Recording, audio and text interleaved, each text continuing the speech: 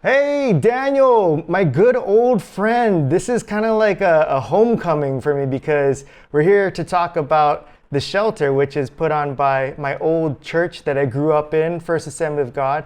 And then for those who don't know, Daniel used to be my boss back at a place that we won't talk about where it was, but it was for a phone company, we'll say that. And so it's kind of a coming of bringing all my old past together into one interview here. So great to see you again, my friend. Yeah, great to see you, Nolan. Thank you for having me on the show because I think the value of this dialogue is not going to be something that's um, trivial. I think it's going to be something that you and your viewers will find that it can give them some value in their perspectives as well. Yeah, and how this interview came about was I originally was supposed to be helping MC your fundraiser event, the gala for the shelter, and then with COVID and my health restrictions, I was unable to be there and participate in the way that I wanted to. But I said that shouldn't prevent me from still helping out and getting the word out about it. And so with this episode of Stronger Together, we're going to talk about, the gala that's coming up real soon. But before we talk all about that, I wanted to talk about the shelter itself because the the idea and where it came about and even behind you, your little background, you can people can see just what this whole project looks like. It's absolutely fascinating, and I wanted to hear more about just the idea of where it came from and how you guys were able to implement this program and build such a great facility and the type of stories that are coming out of the shelters. And so, first of all, how did you get involved with this project, with the shelter program? Well, when I knew you, we were pretty much on the same track. We were in an industry together, and I believe during that time period, I was called from like 40 to 50 years in the sales and sales marketing arena to go into ministry. And so I left that road behind and decided to follow God in His calling for me to help people. But at that time, I had no idea that I was going to be involved in a homeless project. But Pastor Ko, our senior pastor, was called into a meeting with the mayor, and he wanted the churches to start helping um, with the solution. At that time, the churches were pretty much being chastised because the only way we could help was to feed the homeless in the parks. And they said, "Why are you enabling their lifestyle?" And so he called us all, he called Pastor Coe and the other pastors into his office and said, "I want you to all put one container on your church lots." And the city had just finished a project in Sand Island where they started to house homeless people in containers. But the churches, a lot of them didn't own their own property. They were meeting in schools. Others had schools, private schools on their property, so liability issues. It didn't Right. really go well as far as a possible solution. But Pastor Ko at that time got downloaded from God. You know, God downloads ideas about doing a shelter project. So he went on Google to make sure that he could call the project the shelter. And he came across a company called intershelter.com. And the domes behind me basically are the foundation of the program, where these are fiberglass domes, so they don't rust.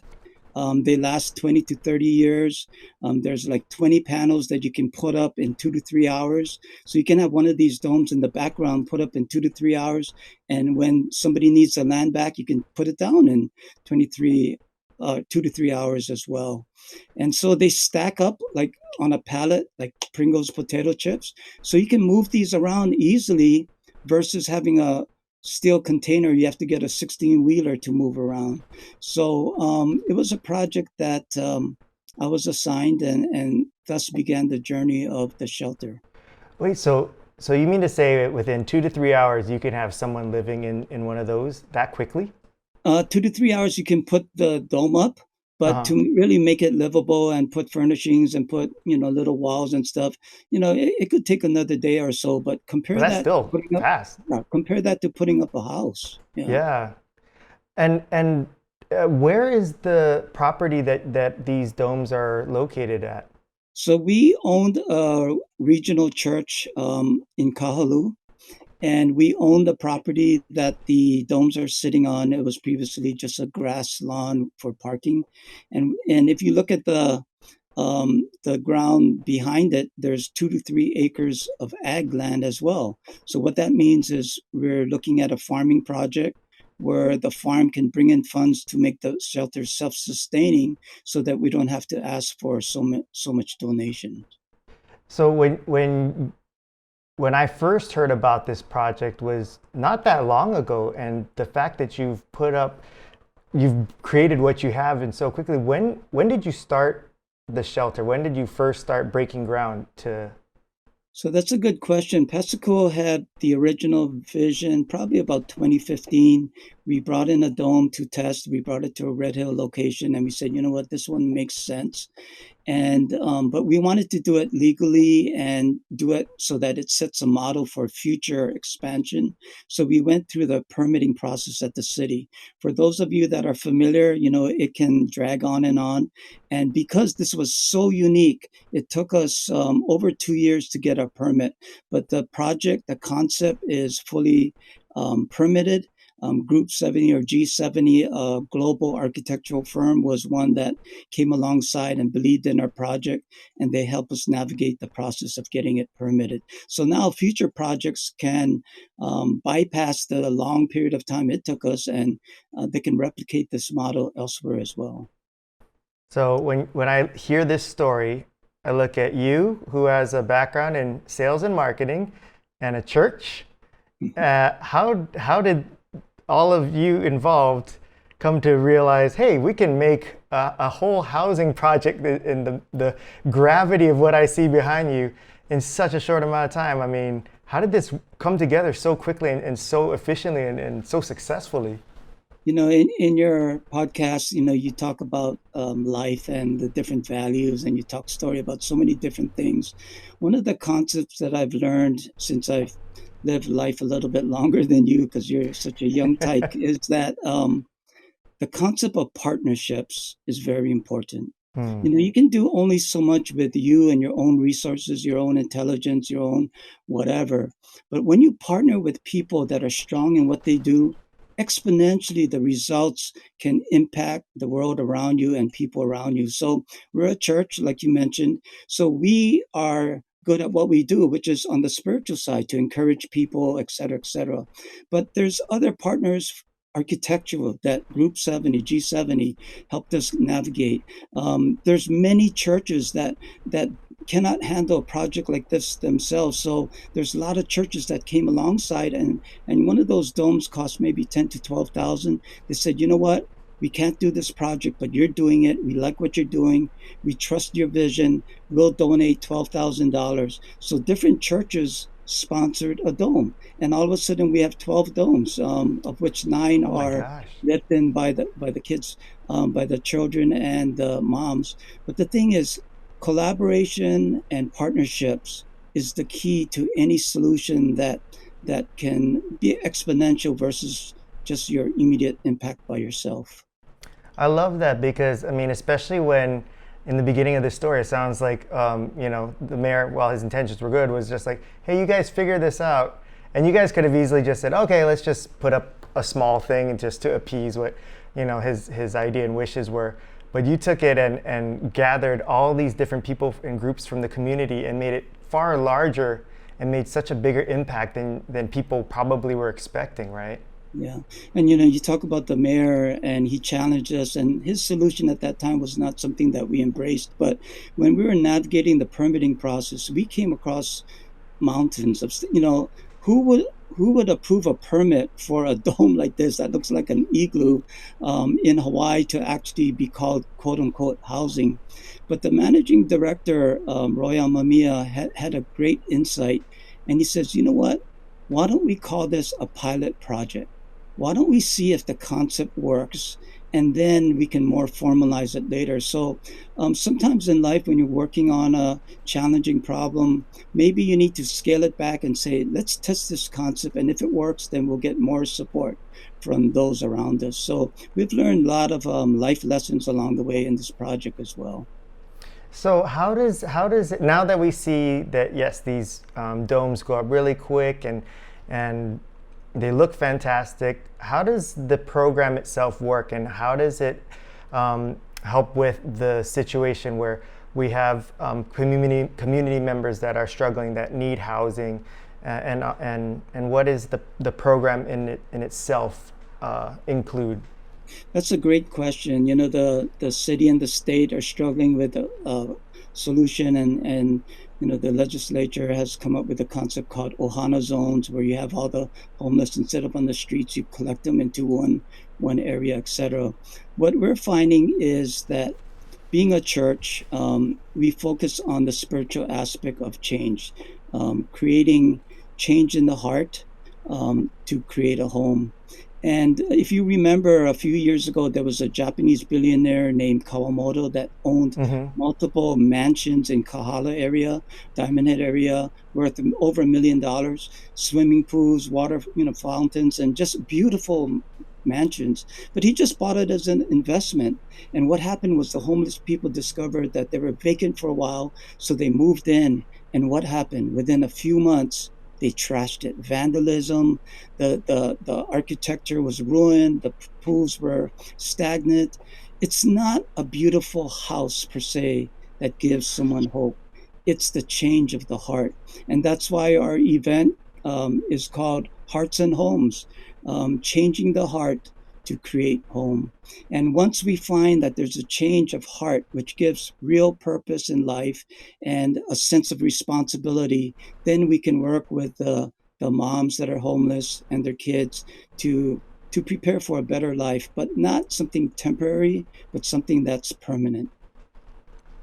Now, how do I know that I'm sure there are a lot of families that would just love to be able to be blessed by opportunities like this. So how do you go about determining who qualifies and who gets to live in these homes? Right, great question. And we get asked a lot of times because through Facebook, there's a lot of people that are interested in the shelter project. The shelter project is just for single moms and their kids. Single moms and their kids. We get inquiries from just single women. We get inquiries from men or men with kids. But the reason why it's just single moms and their kids is we want to protect the security and safety of the families. And if you had a mixed place with, you know, men, etc., it would be very awkward as far as privacy, etc. And it's not necessary for the moms that are adults. The program was targeted for the innocent children. You know, a lot of times we grow up in not all the time a perfect household, and sometimes it can be dysfunctional. But the children that are living in tents or the cars, and every night they have cockroaches crawling over them, and they cannot focus on their homework. These innocent children don't even know what the old normal was like. And Hmm. so this whole project is based on helping the innocent kids. And so we're a faith-based shelter. So we do have requirements. They have to be drug free, they have to be alcohol free, and they have to understand that because this is a faith based program, we want to change the heart. And so we want them to be receptive to spiritual values that can help them in the future as well. I love that, and especially coming from where I was raised in a home with a single mother. Mm, I love the fact that you put the emphasis on the kids, because we can argue about how the adults get into these situations, and everybody has different paths. But for the children, they didn't choose this, and exactly. to start off their life in such a vulnerable time in their life, to be able to have this kind of support and safety and security like that, what the shelter provides, can have such a long lasting positive effect on them. And Mm, I think you gave me a little teaser before this with a great rap video. mm. It's a rap song that one of the children who has been living in there wrote. Tell me a little bit about that, and I think we're going to be able to play it as well here. So try to cue it up here as far as explaining who this girl is and what the story behind this whole thing is. Mm. It's so touching. So bring the Kleenex out when Nolan plays it for you. But basically, it's a 13-year-old girl, and she's just been in the shelter for 2 months with her mom, her little sister, and a baby boy that's, I think, 2 years old. And because the mom was involved in a lot of um, stuff that's not really cool for the family, Anna had to really take care of her little sister and little brother. And so when you talk to her, she's very mature for being just 13. This past summer, with COVID, she was doing her homework. She was on some kind of extension class at Punahou, and she had a writing assignment. And so she wrote a poem, and because of circumstances, the teacher said, "Oh, it's okay to turn it into sort of a rap." And she's never done rap before, but the poetry was very touching, and her teacher was touched as well.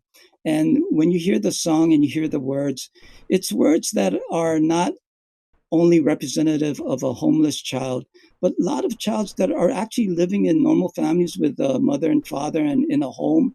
But because of the struggles of growing up just as a youngster, Hmm. there's a lot of emotion and trauma that's going on that that usually is not verbalized. And Hmm. so when you hear the song and hear the words, yes, it comes from a girl that's gone through a lot, but I think it represents the heart of many children whom we don't really know what they're going through. And so she showed me the poem, and I said, wow, this is good stuff. And for this special, we had Imua Garza and his studio help us out to produce some songs. This is one of the ones we chose, and so she had it professionally engineered. And I think God is going to reward her for being faithful to God no matter all the challenges in life that she's faced.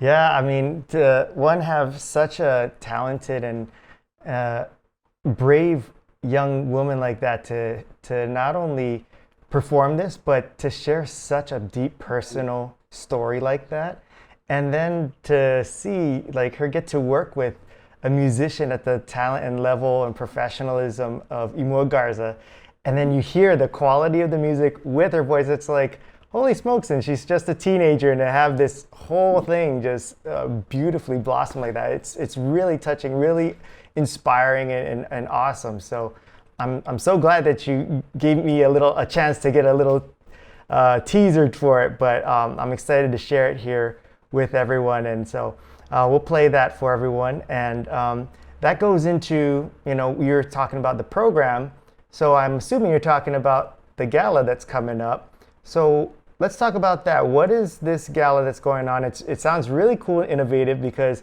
what I've gotten to learn, things have changed since I've been at First Assembly of God. You guys have gotten really tech savvy. So this is Well, sounding like a really cool yeah, show. it's not only us; it's the whole world in the virtual church arena because of COVID. You can't really have gatherings, etc. So we've had to go online. And so it was great timing because over the last few months, we've had a lot of practice, quote unquote, to bring our services to YouTube, Facebook, etc. And what we're doing is a gala is mostly like a sit down dinner, but we've had to forsake that.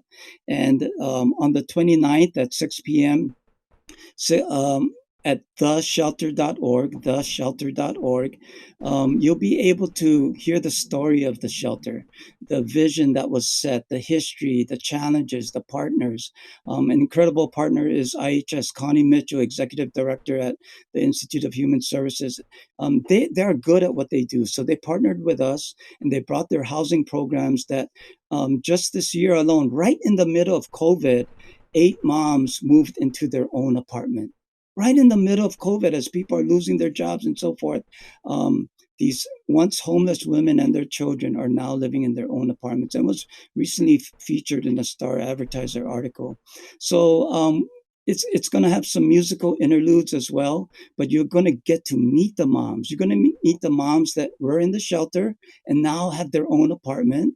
You're going to meet the moms that are currently in the shelter and their testimonies, how their hope is there because their heart is changing, and they'll eventually get their future home. You're going to meet Anna and hear her story as well as hear her rap, and the little kids as well, the innocent little kids. Once a story was told, there was a little boy walking on the beach, and there was all these hundreds and thousands of starfish that were supposed to be in the ocean, but for what a weird tide brought them on the shore.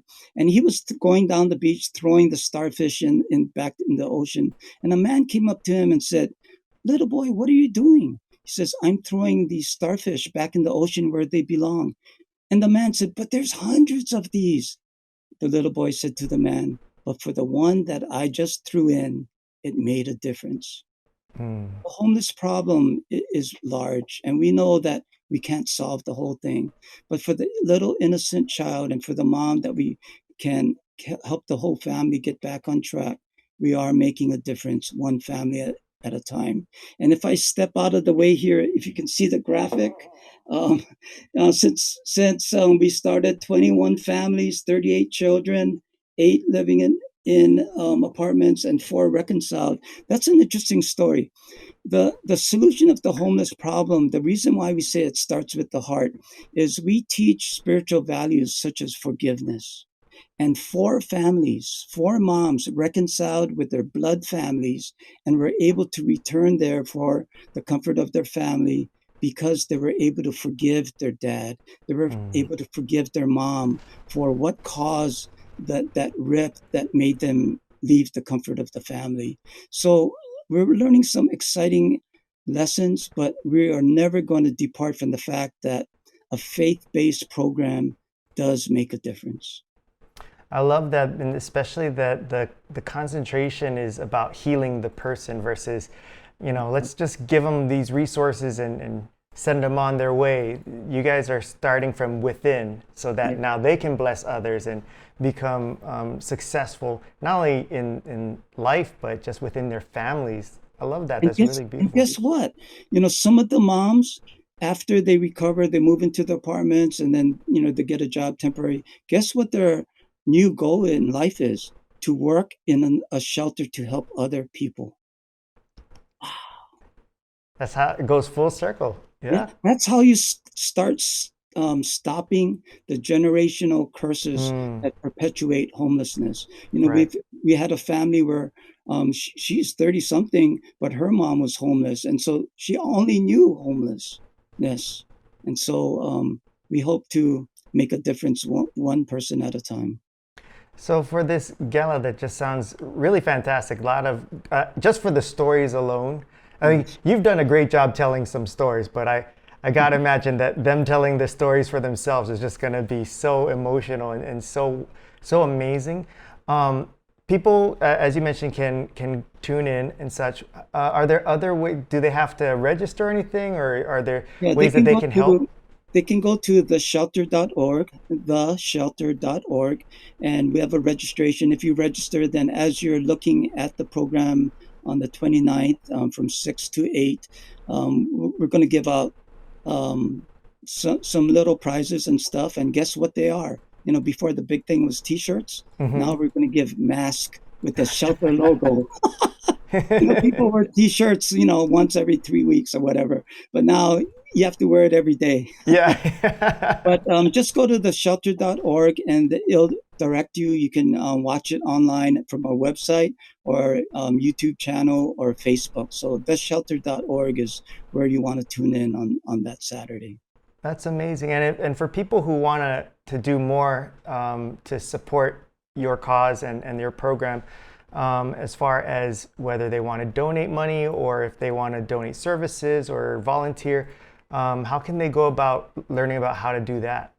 Yeah, they can contact the shelter or myself at theshelter.org. Everything in life is theshelter.org. So we have donation buttons, and you can donate anywhere from $5 to 5,000, whatever God lays on your heart. If you're a company and you want to partner with us in the community to sort of give back to the community of which you're doing business, we welcome those partnerships as well. And we get calls out all the time. People want to donate diapers or clothes for the little kids. We take all the donations and we give to the families what they need. And what we don't need, we work with Salvation Army and give them the rest so that someone can always be blessed. We're not there to hoard things. God is always bringing things to our front door. Now, I can imagine there are a lot of things that this project needs, money to sustain and such. But what is one of the things that you're hoping to get out of this? If you're able to, raise enough donations, what is something that's a goal of yours that it can help support and make come true? So with the funds that we'll get, we need to use it for operating capital for this fiscal year. Initially, when we started 3 or 4 years ago, we appealed to churches, etc., and we're not taking any government funding. I'm glad you brought that up. And the reason for that is if we got government funding, city, state, federal, there's a separation of church and state that Mm, prevents us from doing our faith-based program. So right. we have to rely on individuals, churches, and corporations for their donations. And so we started with $500,000 a few years ago, and that started the project, got us to this point. But now we need funds for operating costs. But we are also looking at phase two. We're in Kahaluu, but we need to have a shelter in Waianae. We need to have one in Waihawa. We need to have one in Honolulu. We get calls on Facebook all the time from Maui, Kauai. We wish you were here, Big Island. And of course, on the mainland, you've seen the stories in San Francisco, LA, other places. The nation is in need of this kind of solution.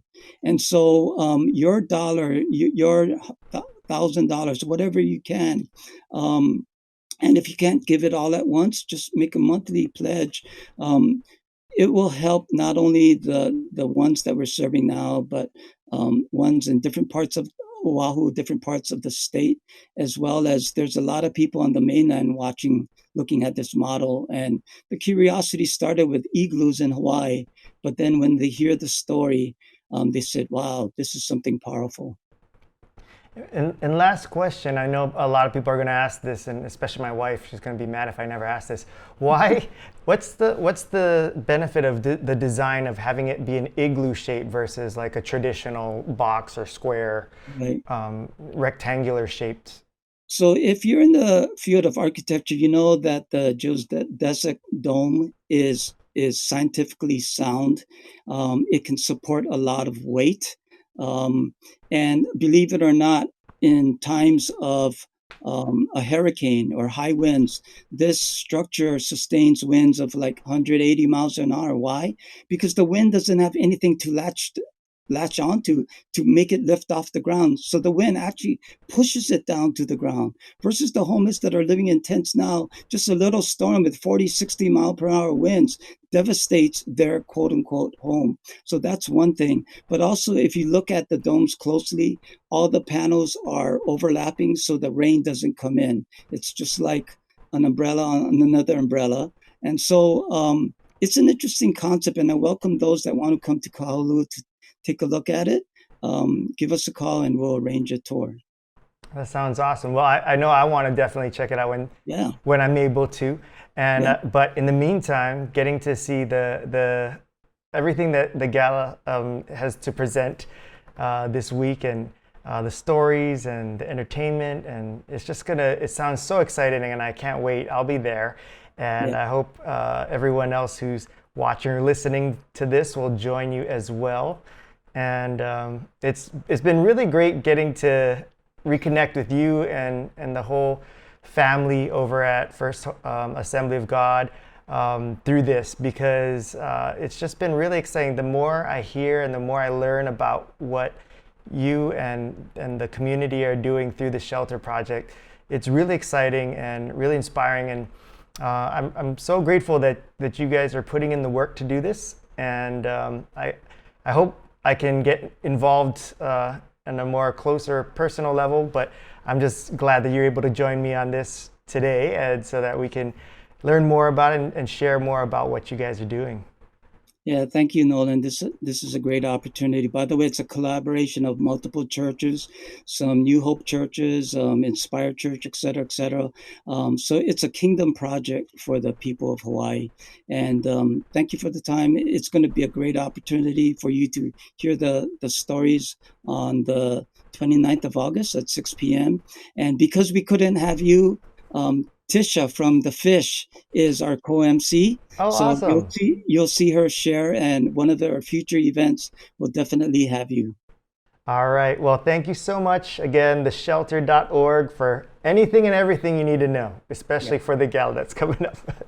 But Daniel, great seeing you. Please give my best to everybody there. And I wish you all the success with the gala and everything moving forward with the shelter. Thanks, Nolan. God bless you and bless your audience as well. Welcome to the shelter. At the end of the night, I'm traumatized in my bed. I'm alive, but I feel like I'm dead. My depression is a mess, having panic attacks that make me stay up all night. I feel like I'm cursed, I know the rest, it ain't the best, I know I'm blessed. I just am always stressed. I pray more than I eat, I'll take anything they give me. I'm so tired of acting happy. No, I get too attached, even if I don't respond, just know I have your back.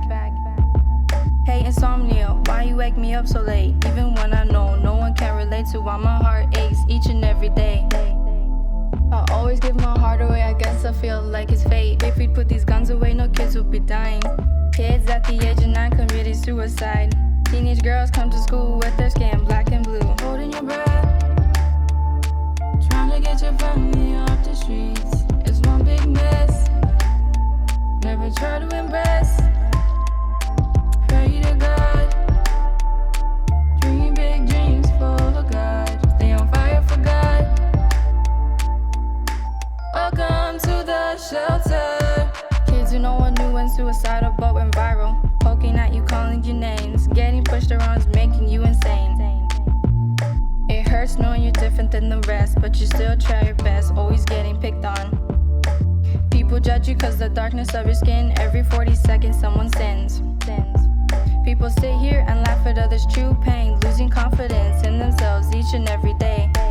Dad was never there, picked up and left. Walked out the door, never thought about the rest. Didn't try to be a man and make things right. Where was Dad when I was growing up? I learned about the world, never told me all these different things. 13 years later you come strolling in, handed me some cash, didn't expect us to be friends. Always say you'd come visit, I'd be up late just to find out those were lies. Now that I'm older, I don't even cry. Wasn't there for the father-daughter dance. Feeling like you never had a purpose, always feeling worthless. I hope he knows he hurt me in the long run, even if it was all games and fun. Holding your breath, trying to get your family off the streets. It's one big mess, never try to impress. Pray to God, dream big dreams full of God. Stay on fire for God. Welcome to the shelter. Every day someone feels pain. I've tried too many times, tried to bypass time. Nothing ever seems to work. Turn away from sin, falling to your knees with the Bible in your hands, asking God what's next for you in His plan. Don't sit at the king's table, speak up, look straight, don't ever hesitate. Always feeling ashamed, not knowing what's different from love and from hate. Always sit back, trying to relax, needing permission for this and for that. Losing hope something happened at school. Always staying quiet, sitting in the back, never raising your hand. Having a heart attack, wondering if mama is okay. I prayed every night with tears rolling down my face. Pitch black, no light, long showers, never going out, never telling mom what's up. Always staying in bed, never knew where things led. Always trying to keep things right, always putting up a fight.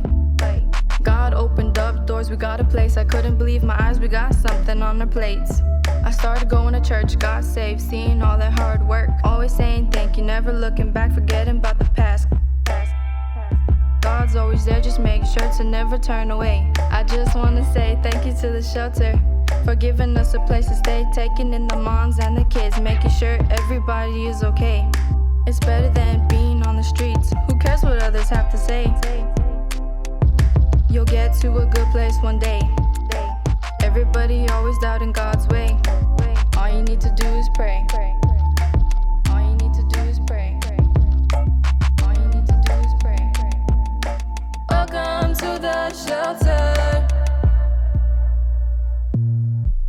Welcome to the shelter.